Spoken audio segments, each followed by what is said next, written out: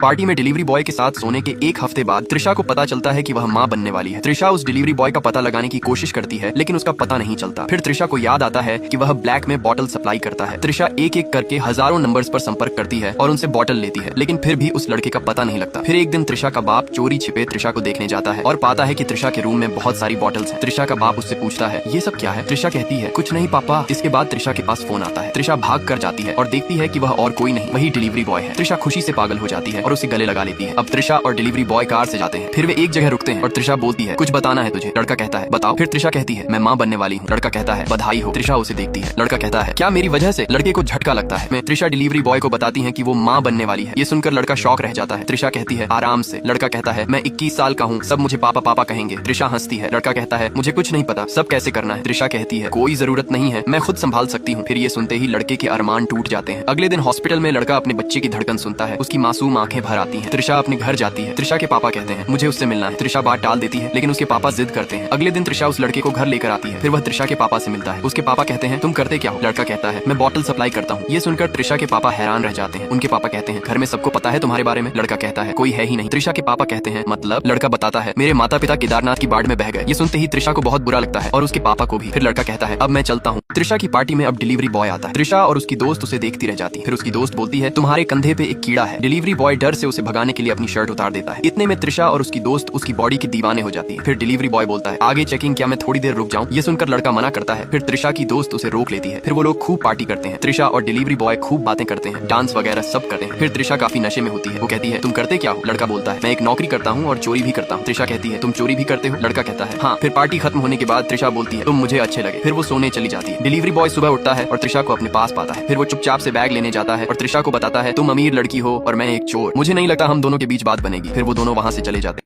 त्रिशा को कमरे में कपड़े बदलने होते हैं। उसने विशाल से कहा, तू बाहर जा, मुझे चेंज करना है। लेकिन विशाल कहाँ मानने वाला था। उसने शरारत से मुस्कुराते हुए कहा, अरे मैंने तुम्हें पहले भी देख लिया है, इतनी शर्म क्यों कर रही हो? त्रिशा ने आंखें तरेरी और उसे कमरे से बाहर भगा दिया। बेचारे विशाल के अरमानों पर पानी फिर गया। वो बाहर बैठा खुजली करता रहा। थोड़ी देर बाद त्रिशा बाहर आई और उसे खुजलाते देख बोली, अबे क्या कर रहा है? विशाल ने उसने तुरंत पूछा, चलो बाहर घूमने चलते हैं। दोनों बाइक पर शहर की सैर करने निकल पड़े। रात भर दोनों ने खूब मस्ती की, हंसी ठिठोली की और शहर के अलग अलग कोनों में घूमा। वापस लौटते ही विशाल फिर से अपनी चालू हरकतों पर उतर आया। त्रिशा थकी हुई बोली, विशाल अब सो जा। त्रिशा ने दरवाजा खोला तो देखा कि विशाल उसके सामने खड़ा होकर अपने एब्स दिखाने की कोशिश कर रहा था, जैसे उसे इम्प्रेस करने की पूरी प्लानिंग कर रखी हो। त्रिशा हंसते हंसते बोली, अरे हट, क्या कर रहा है? त्रिशा उसकी हरकतों को देखकर मुस्कुराई और अंत में कहने लगी, ठीक है, बस थोड़ा टाइम स्पेंड। जैसे ही परमिशन मिली, विशाल खुशी के मारे त्रिशा के कमरे की ओर भागा। कमरे में घुसते ही उसने त्रिशा को बेड पर गिरा दिया। त्रिशा बोली, अरे संभल के, बेबी को कुछ हो जाएगा। विशाल थोड़ा रुककर उसे संभालता है। त्रिशा उसे प्यार से मनाने लगती है, आज नहीं विशाल, किसी और दिन करेंगे। विशाल प्यार से मान